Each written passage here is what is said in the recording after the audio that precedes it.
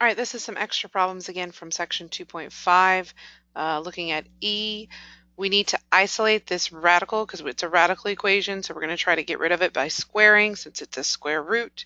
So I'm going to subtract over the 3 to the left side, and I will square both sides to get rid of the square root.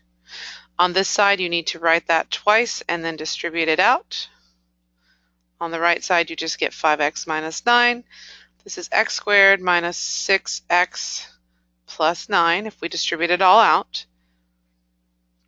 Get everything on one side to see if this is factorable. So we'll subtract that over. That would be negative 11.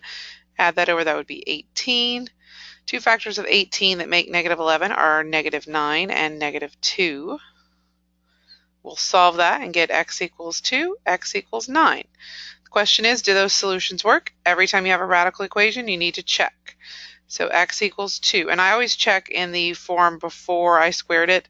So this will be 2 minus 3 equals square root of 5 times 2 minus 9. That's a negative 1 equals a square root of 10 minus 9. That's a negative 1 equals square root of 1. Square root of 1 is positive 1, so these are not equal. So 2 is not a good solution. If we plug in 9 minus 3 equals square root of 5 times 9 minus 9. That would be 6 equals the square root of 45 minus 9, which is square root of 36, and square root of 36 does equal positive 6. So the only solution to this equation is positive 9. Now, I had some other videos I've already posted. They are from previous semesters, but there was one that was skipped over, and that was the x to the negative 2 minus 2x to the negative 1 minus 35 equals 0. Because this is type of quadratic in disguise, where the middle power is half of the first, I mean, you could turn these into fractions if you want, but then you'd have to clear the fractions and then use Pythagorean, or not Pythagorean theorem, sorry, quadratic formula to try to solve it maybe.